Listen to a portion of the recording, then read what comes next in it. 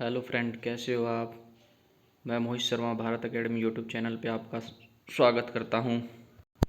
हम पढ़ रहे हैं इंडियन ज्योग्राफी, भारतीय भूगोल। और भारतीय भूगोल में हमारा टॉपिक है भारतीय नदियां। और नदियों का हम पहले एक वीडियो देख चुके हैं और ये दूसरी है जिसमें हम पढ़ेंगे गंगा नदी तंत्र।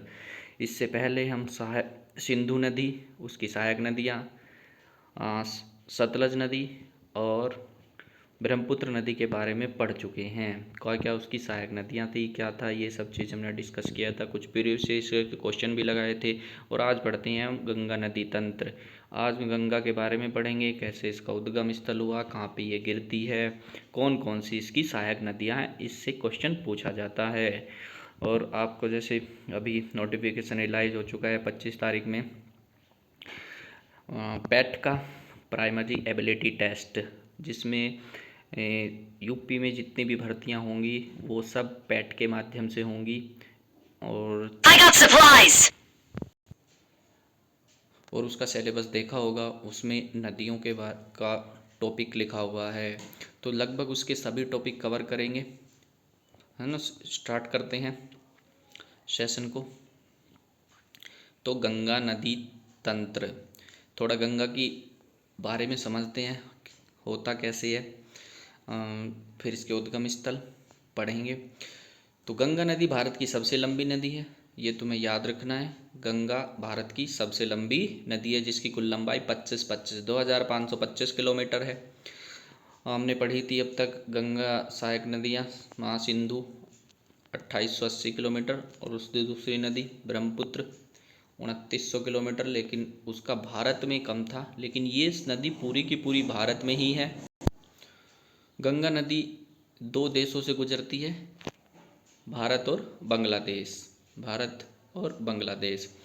और नेक्स्ट पॉइंट है, गंगा नदी भारत के 5 राज्यों से गुजरती है, 5 राज्य से। ये तुम्हें याद रखने हैं कौन कौन से 5 राज्य हैं।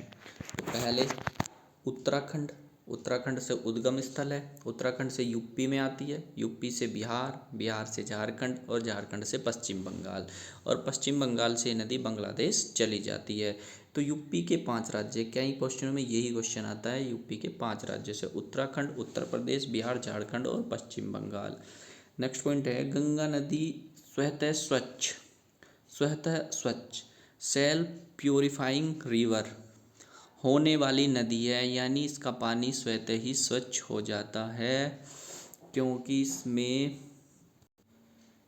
इसमें बैक्टीरियोफेज वायरस होता है जो क्या करता है, हानिकारक बैक्टीरिया को ख़त्म कर देता है ना। गंगा नदी को 2008 में राष्ट्रीय नदी का घोषित किया गया था। ये भी क्वेश्चन पूछा जाता है, हमारी राष्ट्रीय नदी कौन सी है। गंगा डॉल्फिन को भारतीय राष्ट्रीय जलीय जीव घोषित किया गया है। तो ये याद रखना, भारतीय डॉल्फिन को जलीय जीव घोषित किया गया है। नेक्स्ट, ये बेसिक कुछ जानकारी थी ये गंगा के लिए। अब थोड़ा पढ़ते हैं गंगा नदी का उद्गम स्थल। यहाँ इम्पोर्टेंट है, ध्यान से देखना, पूछा जाता है। तो गंगा का जो उद्गम स्थल है उसके बारे में बात करते हैं। गंगा नदी, तो गंगा नदी देवप्रयाग, ये लिखा हुआ है देवप्रयाग। तो गंगा नदी पीछे से 2 नदी आती हैं, एक नदी का नाम है ये वाली अलकनंदा, और दूसरी भागीरथी नदी। तो अलकनंदा और भागीरथी नदी जहाँ मिलती हैं उस स्थान को कहते हैं देवप्रयाग। और देवप्रयाग में जहाँ मिलती है वो वहाँ से आगे इन दोनों नदियों के मिलकर जो नदी बहती है उसको कहते हैं गंगा। देखो पिक्चर में तुम्हें लिख रहा होगा, इधर से आती है एक नदी, ठीक है, भागीरथी नदी, और दूसरी साइड से आती है ये अलकनंदा। और दोनों का पानी यहाँ दिख रहा होगा तुम्हें मिलते हुए, और मिल के जब आगे बढ़ती हैं तो उसको कहते हैं गंगा। वो तो अलकनंदा कहाँ से आती है, सतोपंत हिमानी, हिमानी बोलते हैं ग्लेशियर को, जहाँ बड़ा बड़ा बर्फ़ का पहाड़ होता है उससे हिमानी बोलते हैं उसको। और ये आती है गंगोत्री हिमानी से, यानी गंगोत्री ग्लेशियर से। कौन सी नदी, भागीरथी नदी। और अलकनंदा का आती है सतोपंत हिमानी से। और जहाँ ये मिलती हैं देवप्रयाग, और उससे आगे बनती है कौन सी नदी? गंगा, भारत की सबसे बड़ी नदी, है ना, सबसे राष्ट्रीय नदी। अब कुछ और फैक्ट पढ़ते हैं यहाँ से जो पेपर में आते हैं। तो हमने पढ़ा देवप्रयाग, देवप्रयाग। तो देवप्रयाग से पहले की कुछ ये जो प्रयाग पढ़ते हैं, ये 5 प्रयाग हैं, इनके बारे में थोड़ा समझते हैं कैसे कैसे होता है। अब गंगा तो पढ़ा हमने कि गंगा एक तो नदी अलकनंदा और एक हिमानी सॉरी मंदाकिनी नदी होती है, सॉरी भागीरथी नदी, और जहाँ मिलती हैं वो देवप्रयाग में गंगा नदी बन जाती है। लेकिन तो गंगा नदी से हमारी कई सारी पौराणिक कथाएं हैं। तुमने सुना होगा या पढ़ा होगा कि पौराणिक कथाएं, उसी पौराणिक कथाओं को एक बताता हूँ मैं कैसे है, और उससे रिलेट करके कुछ चीज़ों को समझाऊंगा। तो हमारे जो वैदिक पौराणिक कथाओं में ये कहा जाता है कि जो हमारे विष्णु भगवान हैं, विष्णु भगवान, तो उनके पैर से गंगा निकली थी। काहे के पैर से, पैर के अंगूठे से, या तो, और वहाँ से गंगा का बहाव इतना तेज था कि वो बहुत ज़्यादा था, वो पृथ्वी को बहा दे या सबको बहा दे। तो उसके बहाव को कम करने के लिए तो केदारनाथ यानी शिव जी भगवान जो थे, शिव भगवान, उन्होंने उसको अपनी जटाओं में समा लिया था। किस लिए? उसके बहाव को कम करने के लिए। और फिर वहाँ से उसके बहाव को क्या कर दिया था उन्होंने? कम कर दिया था। तो विष्णु भगवान के चरणों से यानी धूल से, पैरों की धूल से क्या निकली थी? गंगा। तो इसी बात को, ये कहानी तुम समझ आई होगी, पढ़ी भी होगी, तो वही चीज़ देखते हो। तो हमारे जो विष्णु भगवान थे, उनकी पैरों की धूल से, तो कौन सी पैरों की धूल से? तो मैंने बताया धौली गंगा, यहाँ से आती है एक नदी धौली गंगा। तो विष्णु के पैरों से मिले तो यहाँ क्या है? विष्णु प्रयाग। और ये सतोपंथ हिमानी में इधर से एक नदी आके मिलती है, पहले धौली गंगा, ध्यान से रखना, विष्णु की धूल। तो ये कहाँ मिलेगी? विष्णु प्रयाग। जहाँ ये मिलती है उसको हम विष्णु प्रयाग कहते हैं। उसके बाद इसको धारा तेज भाव तक कम करने के लिए केदारनाथ, केदारनाथ से एक नदी निकल कर आती है मंदाकिनी। तो क्या करने के लिए? मंद करने के लिए। किसको? धारा को, धारा की बहाव को मंद करने के लिए मंदाकिनी। केदारनाथ शिव जी का स्थान है, तो मंद करने के लिए जो जहाँ मिलती है वो कहते हैं रुद्रप्रयाग। तो सबसे लास्ट में रुद्रप्रयाग मंद करने के लिए, और सबसे पहले विष्णु प्रयाग। ठीक है। और उससे पहले एक नदी मिलती है, तो ये दोनों तुम समझ गए होंगे। तो उससे पहले इन दोनों को देखते हैं। एक होती है नंदा कीनी, एक नदी कौन सी है? नंदाकिनी। ये याद रखना, ये मंदाकिनी नदी है जो केदारनाथ से आती है, ये नंदाकिनी नदी है। और जहाँ ये मिलती है उसको कहते हैं नंदप्रयाग। तो ये तो नंदाकिनी नदी, नंदप्रयाग याद ही रहना है, इम्पोर्टेंट यही है। धौली गंगा या मंदाकिनी कहाँ मिलते हैं? उसके बाद पिंडारी नदी, पिंडारी नदी जहाँ मिलती है उसको कहते हैं कर्णप्रयाग, कर्णप्रयाग। और ये कॉमन नदी है, अलकनंदा आती रहती है। तो आप समझ पाए होंगे यहाँ से पूरा फैक्ट क्या है। तो जहाँ पे एक बार रिकॉल करते हैं, जहाँ पर अलकनंदा देखो सारों में कॉमन है, अलकनंदा में सबसे जहाँ भागीरथी नदी ही मिलती है वो देवप्रयाग, है ना। जहाँ पर धौली गंगा वो विष्णु प्रयाग, जहाँ पर अलकनंदा में नंदाकिनी नदी मिलती है वो नंदप्रयाग, और जहाँ पर पिंडारी नदी मिलती है वो कर्णप्रयाग, और मंदाकिनी नदी मिलती है वो रुद्रप्रयाग। तो ये 5 प्रयाग, ये भी क्वेश्चन आता है कि हमारे कितने प्रयाग हैं? 5 प्रयाग, 5 प्रयाग। तो आई होप ये कि आप अच्छे से समझ पाए होंगे सभी प्रयाग को। और आगे बढ़ते हैं। नेक्स्ट ये देखो, अभी तक मैंने ये देखो नेक्स्ट स्लाइड है, ये स्लाइड इतनी इंपॉर्टेंट है, पेपर में क्वेश्चन यहीं से बनता है। और अभी दिख रहा होगा तुम्हें इतना सारा कुछ लिखा हुआ है, ये बड़ा आसान है, बिल्कुल समझ में आएगा। एक एक बात क्लियर करेंगे, सारी की नदियाँ कहाँ से आती हैं, कहाँ मिलती हैं, ये सब क्लियर कराऊंगा मैं, है ना। देखते जाओ, बस स्टार्ट करते हैं। इस स्लाइड को समझाता हूँ मैं। यहाँ से देखो, ये तो तुम पढ़ के ही आए हो, और ये विष्णु प्रयाग, ये नंद प्रयाग, ये कर्ण प्रयाग, और ये रुद्र प्रयाग। और यहाँ से धौली गंगा, नंदाकानी, पिंडारी नदी। और ये केदारनाथ ये वाला यहाँ तक तो तुम समझ के आए हो। यहाँ से देवप्रयाग में भागीरथी और अलकनंदा नदी जहाँ से मिलकर आगे बढ़ती हैं उसको क्या कहते हैं हम, उसको कहते हैं हम गंगा नदी। अब गंगा नदी के बारे में देखते हैं, गंगा नदी कैसे है। तो यहाँ से ये सारा पार्ट था ना, जो ये सारा ये उत्तराखंड वाला पार्ट था। कौन सा? उत्तराखंड का पार्ट, उत्तराखंड। तो ये तो पहाड़ी इलाका था उत्तराखंड का। उसके बाद यहाँ पर मैदानी इलाके में आ जाती है गंगा। मैदानी इलाके में ये क्वेश्चन भी पूछा जाता है, सबसे पहले कौन से मैदानी इलाकों में गंगा आती है? तो सबसे पहले हरिद्वार। तो हरिद्वार गए भी होंगे तुम, देखा भी होगा, नदी पानी का गंगा का भाव थोड़ा कम हो जाता है अपेक्षा पिछले वाले भाग की। तो सबसे मैदानी इलाके में कहाँ पहुँचती है? हरिद्वार। तो हरिद्वार ये उत्तराखंड का पार्ट है यहाँ तक, ठीक है। अब हरिद्वार से आगे निकलने के बाद ये यूपी में एंट्री करती है। तो उत्तराखंड के बाद मैंने वहाँ 5 राज्यों में बताया था यूपी, यहाँ से आगे है उत्तर प्रदेश, ठीक है। तो यहाँ पर ये क्वेश्चन आता है कि गंगा की सहायक नदियों में सबसे पहले कौन सी सहायक नदी है? तो गंगा की सहायक नदियों में जो सबसे पहले सहायक नदी है वो नदी है रामगंगा। कौन सी है? रामगंगा। तो ये रामगंगा नदी उत्तराखंड से निकलती है और यहाँ नीचे आके कन्नौज में आके गंगा में मिल जाती है। तो ये पूछा जाए रामगंगा सबसे पहली कौन सी है? सहायक नदी है किसकी? गंगा की। और कहाँ मिलती है? कन्नौज में मिलती है। उसके आगे देखते हैं। तो रामगंगा, कभी कभी ये क्वेश्चन पूछ लेता है कि रामगंगा नदी कौन से नेशनल पार्क से आती है? तो ये नदी है जो जिम कॉर्बेट नेशनल पार्क से होकर आती है। और गंगा का भी क्वेश्चन पूछा जाता है, गंगा नदी यूपी में कहाँ से एंट्री करती है? क्योंकि अगर तुमको वो यूपीएससी का यहाँ एग्जाम पैट निकालना है तो यूपी से रिलेटेड कई सारे क्वेश्चन पूछे जाएंगे, उसमें यूपी की तुम्हें स्पेशल जीके पढ़नी पड़ेगी, है ना।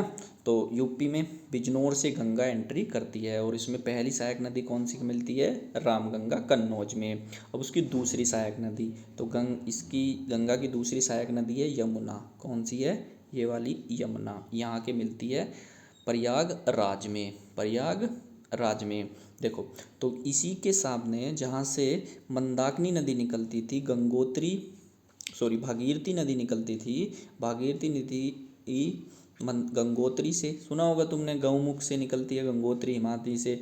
उसके पास से ये यमुनोत्री हिमानी, यानी यमुनोत्री ग्लेशियर के बंदर पूंछ से। कई बार क्वेश्चन में तुम्हें बंदर पूंछ मिल सकता है।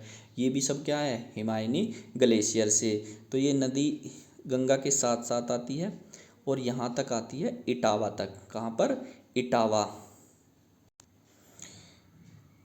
इटावा में कुछ, अब यमुना नदी की सहायक नदियाँ हैं।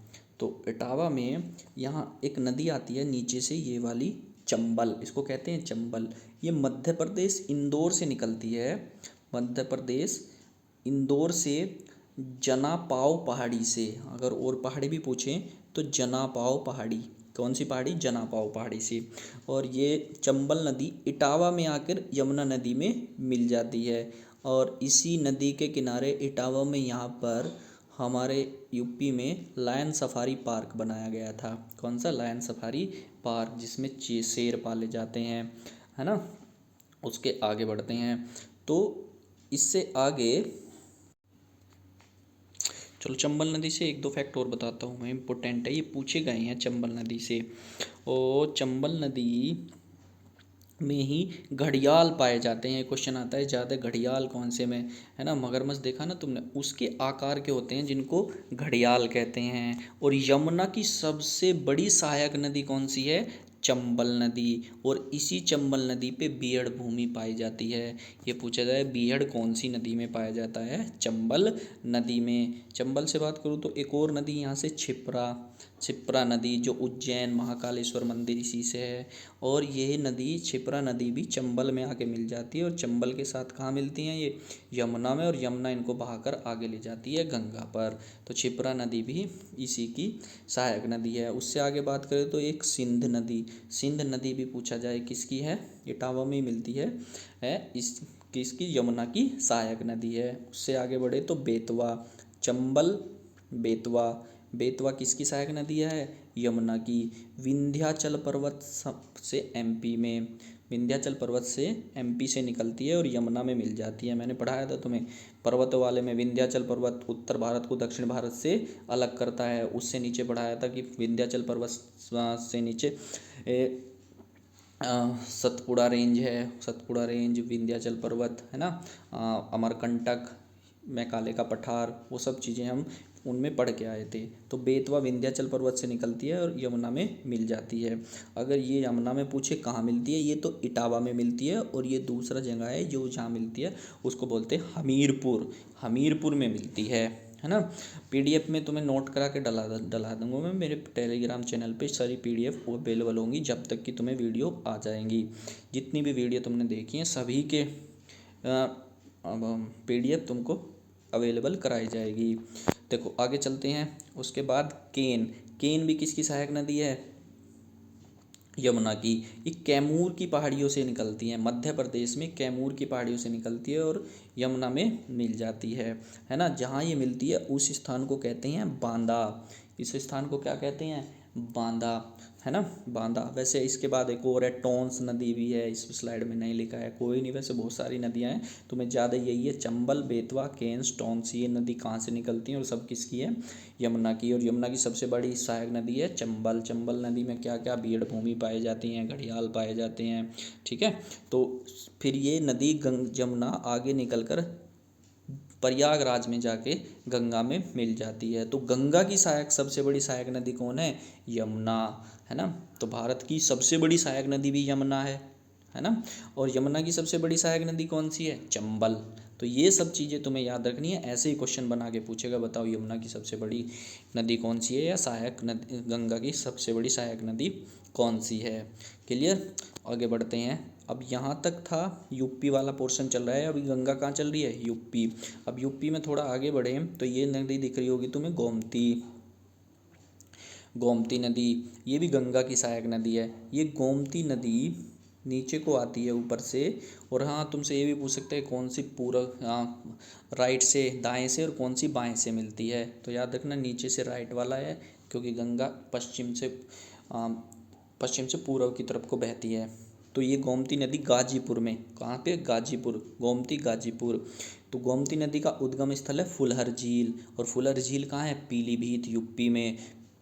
पीलीभीत के फुलहर झील से गोमती नदी निकलती है, और इसी नदी के किनारे लखनऊ शहर बसा हुआ है, जो यूपी की राजधानी है। ये पूछा जाता है यूपी की राजधानी कौन सी नदी के किनारे है? गोमती नदी के। गोमती नदी, और गोमती नदी किसकी सहायक नदी है? गंगा की, क्योंकि वो गंगा में मिल जाती है। तो जितनी भी सारी नदियाँ बताई मैंने, चंबल, क्षिप्रा, है ना, सिंध, बेतवा, केन, टोंस, ये सब किसकी नदियाँ हैं? इस गंगा की, यमुना की है ना। तो यमुना भी किसकी है? गंगा की। सब किस में मिलती हैं? गंगा में। और गंगा के साथ बहाकर कहाँ जाती हैं? बंगाल की खाड़ी में। ये भी पूछे जाते हैं कौन सी नदी, जो कल वाली पहली वाली वीडियो में पढ़ाया था, वो सब नदियाँ कहाँ जा रही थी? पाकिस्तान, अरब सागर में गिरती थी। ये कहाँ गिरती हैं? बंगाल की खाड़ी में। सब चीज़ें फैक्ट से याद रखो। नेक्स्ट देखो, फुलहर झील। और फुलहर झील से एक क्वेश्चन और आता है, ये फुलहर झील जो है मैदानी इलाकों में है, ना तो किसी नदी है यहाँ पे, ना कोई पहाड़ है, ना कोई पर्वत है, मैदानी इलाकों में एक झील है जिसे कहते हैं फुलहर झील। उसके बाद यहाँ यूपी वाला पोर्शन ख़त्म हो जाता है। अब यहाँ से स्टार्ट हुआ था उत्तराखंड, और ये सब पोर्शन था यूपी का, और ये सारा पोर्शन था उत्तराखंड का। अब यहाँ से आगे देखो कि अब गंगा यहाँ से बिहार जाएगी, कहाँ आएगी? उत्तराखंड के बाद यूपी, और यूपी से कहाँ जाएगी? बिहार। तो ये नदियाँ जो आती हैं ये बिहार में मिलती हैं, और यहाँ पे ये बिहार वाली नदियाँ भारत की कहाँ से आके मिलती हैं? नेपाल से। देखो अगर मैं यहाँ से बात करूँ तो ये नदियाँ हैं, थोड़ा समझना। तो गाजीपुर में गोमती नदी है। उसके बाद देखो ये नदी जो आ रही है, ये सब मैंने लिखा हुआ है नेपाल से। तो एक नदी आती है काली, काली नदी को ही शारदा नदी कहते हैं, और दूसरी नदी है कर्णाली नदी। और ये दोनों नदी जहाँ आकर मिलती हैं, कर्णाली नदी, अब समझो यहाँ से, काली नदी को भारत में इसका नाम है शारदा नदी, नेपाल में कहा जाता है कर्णाली, और यहाँ पे इसका नाम है घाघर। घाघरा नदी, और ये जब मिलकर दोनों आगे बढ़ती हैं तो इस नदी का नाम घाघरा नदी है। और बिहार के छपरा में आके ये गंगा में मिल जाती है। तो गंगा की सहायक नदियां हैं। तो ये पूछा जाता है नेपाल से कौन सी आके मिलती है नदी, इसमें तो काली और कर्णाली यानी घाघरा नदी कहते हैं इसको। और ये छपरा में आके मिलती है बिहार में। अगर नीचे से बात करूँ, ये वाली सोन नदी भी पूछा जाता है। इतना इम्पोर्टेंट पर्सन है ये, क्वेश्चन है, बहुत ज़्यादा पूछा जाता है कि सोन नदी किसकी सहायक नदियाँ है। तो ये गंगा की नदी है और एकमात्र नदी है जो वो दक्षिण से आकर गंगा में मिलती है। दक्षिण से आकर गंगा में मिलती है। तो ये कहाँ से निकलती है सोन नदी? अमरकंटक पहाड़ी से। कहाँ सी? अमरकंटक पहाड़ी वाले में बताया था मेघालय के पठार की सबसे ऊंची चोटी अमरकंटक है। और यहाँ से 3 नदियाँ निकाल लेते हैं वास्तव में। अभी एक नदी तो हमने निकाली थी यहाँ से, नर्मदा नदी, वो इधर को बह रही थी। एक नदी निकली यहाँ से सोन नदी, वो इधर को बहती है। एक नदी निकलेगी महानदी, जो प्रायद्वीपीय भारत की नदियों में पढ़ाऊँगा, महानदी है ना, महानदी। तो जो कौन सी नदी है यहाँ से? सोन नदी, जो ऊपर को बहती है और पटना में आकर ये गंगा में मिल जाती है। पटना में आकर गंगा में मिल जाती है सोन नदी। तो सोन नदी किसकी सहायक नदी है?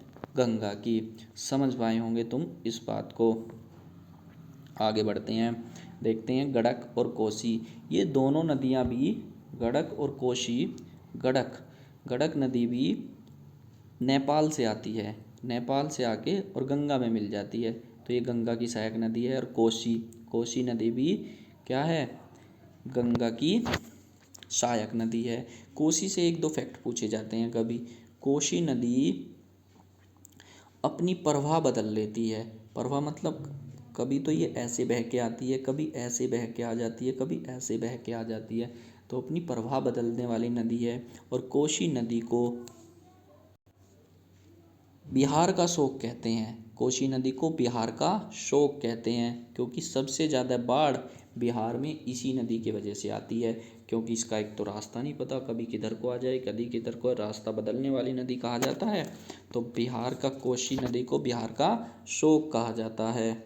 ठीक है। तो ये वैसे आती कहाँ से है? नेपाल से। और यहाँ के बाद अब बिहार से निकल जाती है और पश्चिम बंगाल में गंगा नदी पहुंच जाती है। और पश्चिम बंगाल में दार्जिलिंग की पहाड़ियों से एक नदी आती है, महानंदा नदी। और महानंदा नदी फरक्का बैराज से मिल जाती है।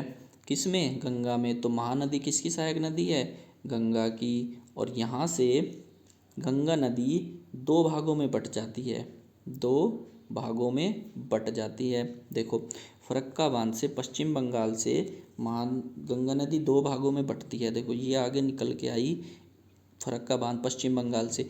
एक तो यहाँ से कोलकाता बंगाल चला जाता है, वेस्ट बंगाल इसका भाग। और दूसरा कहाँ चला जाता है? बांग्लादेश। और बांग्लादेश में गंगा को पद्मा कहते हैं। बांग्लादेश में गंगा को क्या कहते हैं? पद्मा। तो पद्मा के नाम से फिर ये जानी जाती है। कहाँ? बांग्लादेश में। तो और पश्चिम बंगाल में, जो बंगाल में चली जाती है दूसरा पार्ट, उसको कहते हैं हुगली। कोलकाता शहर इसी नदी पर बसा हुआ है, हुगली नदी पर। याद रखना, कोलकाता शहर किस पर बसा है? हुगली नदी पर। और दामोदर नदी इधर से आकर छोटा नागपुर पठार से एक नदी आती है, दामोदर नदी। और दामोदर नदी को पश्चिम बंगाल का शोक कहते हैं। क्या कहते हैं? शोक। पश्चिम बंगाल का सबसे ज़्यादा बाढ़ें पश्चिम बंगाल में दामोदर नदी से आती हैं। आई होप तुम इस पूरे मैप को समझ पाए होंगे कि अब गंगा का उद्गम स्थल पीछे से कैसे हुआ था, कौन कौन से प्रयागों से जो आई थी, और बाद में गंगा नदी 2 भागों में बट गई। हुगली नदी पश्चिम बंगाल में, गंगा का नाम हुगली हो गया और पद्मा हो गया। अब पद्मा से आगे की बातें समझते हैं, आगे चलते हैं। ये भी जानना जरूरी है, यहाँ से क्वेश्चन आता है। ठीक है। तो देखो, जो ये पद्मा नदी है, ये गंगा का नाम बांग्लादेश में क्या नाम है? बांग्लादेश में इसका नाम है गंगा का पद्मा। और उधर से एक नदी आई थी ब्रह्मपुत्र। ब्रह्मपुत्र नदी का बांग्लादेश में नाम है जमुना, है ना, यमुना नहीं जमुना। तो ये दोनों नदियाँ यहाँ मिलती हैं। तो गंगा का नाम बांग्लादेश, पद्मा और जमुना मिलकर एक नदी बनाती हैं। और एक और अगर डिटेल में पढ़ें तो एक नदी और है मेघना, वो भी मिलती हैं इनमें आके। और तीनों नदी का नाम आगे बढ़ती हैं तो क्या बनाती हैं? मेघना नदी। वैसे तुमसे यही पूछा जाता है कि बांग्लादेश में इसका नाम क्या है? पद्मा गंगा का, और ब्रह्मपुत्र का क्या नाम है? जमुना। और जब दोनों मिलकर आगे बढ़ती हैं तो क्या नदी है? मेघना। वहाँ भी मैंने बताया था तुम्हें। और ये मेघना जब समुद्र में जाती हैं तो वहाँ पर एक डेल्टा बनाती हैं जिसको कहते हैं दुनिया का सबसे बड़ा डेल्टा, सुंदरवन डेल्टा। और इस डेल्टा पर मैंग्रोव प्रजाति के वन पाए जाते हैं। यूनेस्को की धरोहर में है, हेरिटेज साइट है, बहुत सारी चीज़ें हैं। ये सब चीज़ें मैं तुम्हें बताऊंगा क्या क्या है सुंदरवन डेल्टा में। तो दुनिया का सबसे बड़ा डेल्टा कौन सा है? सुंदरवन डेल्टा। कौन कौन सी नदी बनाती हैं? भारत की गंगा और ब्रह्मपुत्र, नाम बदल गए हैं पद्मा और जमुना, और नदी का नाम है मेघना। आई होप आप इतना समझ पाए होंगे अच्छे से। ऐसे ही क्वेश्चन पूछे जाते हैं, बड़ा आसान है, बस समझना सब कुछ मैप से। समझते हैं डेल्टा क्या है। तो डेल्टा बनाती हैं, डेल्टा क्या है? तो डेल्टा प्राय उस भाग को कहा जाता है जो नदियाँ द्वारा लाए गए अवसादों के संचय से निर्मित होता है, विशेषतः नदियों के मुहाने पर जहाँ वह किसी समुद्र में गिरती हैं। इस भूभाग का आकार साधारणतः त्रिभुजाकार होता है, त्रिभुजा जैसा होता है। मतलब ये नदियाँ, मैं समझाता हूँ आसान भाषा में, कि ये नदियाँ ऊपर से आ रही हैं, काफ़ी तेज़ बहाव से पानी आता है ना। आप देखो तेज़ बहाव से तो आएगा ही। यहाँ से कहाँ से आ रही थी? ये 2900 किलोमीटर लंबी दूरी यात्रा करके कौन सी? ब्रह्मपुत्र नदी आ रही थी अपने पास से।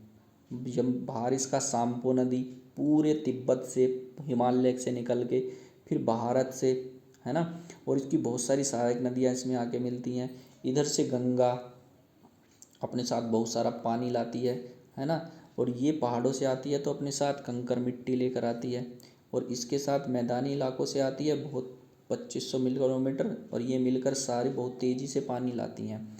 तो यहाँ पर आकर इनका जो भाव है थोड़ा कम हो जाता है और लाए हुए अपने अवसादों को यहीं छोड़ देती हैं। तो ये आकृति बढ़ती बढ़ती जा रही है लगातार।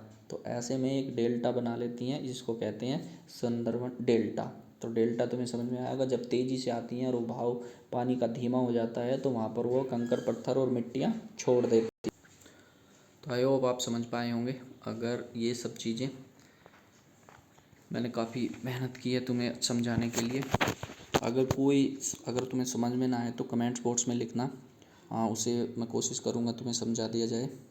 इससे रिलेटेड कुछ महत्वपूर्ण तथ्य लिखे हुए हैं, एक बार पढ़ लेते हैं। अलकनंदा तथा भगीरथी के संगम को क्या कहते हैं? गंगा। अलकनंदा और भगीरथी जहाँ मिलती हैं वो गंगा। गंगा की पहली सहायक नदी कौन सी थी? मैं बताया था सबसे पहली कौन सी है? रामगंगा। गंगा की आखिरी सहायक नदी कौन सी है? महानदी। नेक्स्ट, गंगा की सबसे लंबी सहायक नदी यमुना। गंगा नदी कहाँ से मैदानी क्षेत्रों में प्रवेश करती है? हरिद्वार से। गंगा नदी के तट पर बसे शहर हैं प्रयागराज, वाराणसी, कानपुर, पटना, बहुत सारे शहर हैं, ये तुम्हें याद रखने। हुगली नदी के तट पर कौन सा शहर बसा है? कोलकाता, बताया था मैंने। गंगा और ब्रह्मपुत्र संयुक्त जलधारा बांग्लादेश में क्या कहलाती है? मेघना। बिहार का शोक कोसी नदी, रास्ता बदलती है। बंगाल का शोक दामोदर नदी। गंगा की सहायक नदी जिसका उद्गम स्थल मैदानी भाग से है, गोमती। कौन सी है? गोमती नदी। किसकी सहायक नदी? गंगा की है ना। अगर तो आप समझ पाए होंगे यहाँ तक के काफ़ी सारे इंपॉर्टेंट चीज़ें।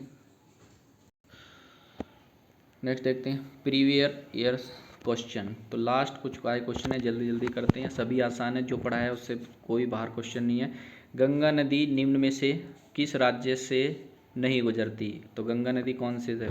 तो ऑप्शन से देखो, पहला उत्तर प्रदेश पहुंचती है, बिहार जी, नेक्स्ट है पश्चिम बंगाल जी, मध्य प्रदेश, ये ऑप्शन है नहीं गुजरती है। नेक्स्ट है कालिंदी नदी कि दूसरा नाम किसका है। इम्पोर्टेंट क्वेश्चन है, पूछा जाता है इम्पोर्टेंट। यमुना नदी का दूसरा नाम क्या है, कालिंदी नदी, कालिंदी नदी। तीसरा, केन नदी निम्न में से किसकी सहायक नदी है। केन, टॉन्स बताया था किसकी है, सब यमुना की है ना, किसकी है, यमुना नदी की। नेक्स्ट है, गंगा में मिलने वाली नदी जिसका उद्गम स्थल अमरकंटक से है, तो कौन सी नदी है, सोन नदी। कौन सी है, सोन। नेक्स्ट, अलकनंदा और धौली गंगा का संगम कहाँ होता है, तो अलकनंदा और धौली गंगा का संगम बताया था मैंने। अलकनंदा और धौली गंगा का संगम धौली, धूल विष्णु के, विष्णु प्रयाग आया होगा याद तुम्हें, धूल पैरों से निकली थी। दूसरी बात बताई थी, रुद्र, रुद्र मंदाकिनी मंद करने के लिए रुद्र प्रयाग में। चलो समझ पाए होंगे तुम। निम्न में से कौन सी नदी यमुना नदी में नहीं मिलती, तो आंसर सही है इसका, सोन नदी। सोन नदी गंगा की सहायक नदी है, यमुना में नहीं मिलती। अलकनंदा के साथ कौन सी नदी जिसका संगम रुद्र प्रयाग में होता है, तो पता है मैंने कौन सी, मंद वाली। रुद्र विष्णु का भाग है, सॉरी शिव का भाग है, केदारनाथ से निकल के आती है। ऑप्शन तुम्हें दिख रहा होगा स्क्रीन पे, कौन सा, मंदाकिनी नदी। वेरी गुड, यही था। नेक्स्ट देखो, वो दामोदर नदी निकलती है, तो छोटा नागपुर पठार से, है ना, छोटा नागपुर पठार से दामोदर नदी निकलती है। बिहार का पश्चिम बंगाल का शोक, बंगाल का शोक कौन सी नदी है, तो यही दामोदर नदी। बिहार का शोक कोसी नदी। गंगा की सबसे सहायक नदी लंबी, यमुना। बिल्कुल आसान क्वेश्चन, सब कुछ तुम्हें मिलेगा यहाँ से। तो यमुना नदी का अन्य नाम क्या है, तो अन्य नाम क्या है यमुना नदी का, कालिंदी नदी। PSSC 2014 में क्वेश्चन आया, इम्पोर्टेंट क्वेश्चन है। नेक्स्ट देखते हैं, गंगा नदी किस क्षेत्र में मैदानी भाग में प्रवेश करती है, तो हरिद्वार। गंगा नदी को बांग्लादेश में क्या नाम जाना जाता है, गंगा का क्या नाम है, पद्मा। जमुना किसका है, ब्रह्मपुत्र का। ठीक है, तो ये प्रीवियस क्वेश्चन थे जो बड़े आसान थे। आई होप आप समझ पाए होंगे, मैंने पूरी कोशिश की है तुम्हें समझाने की।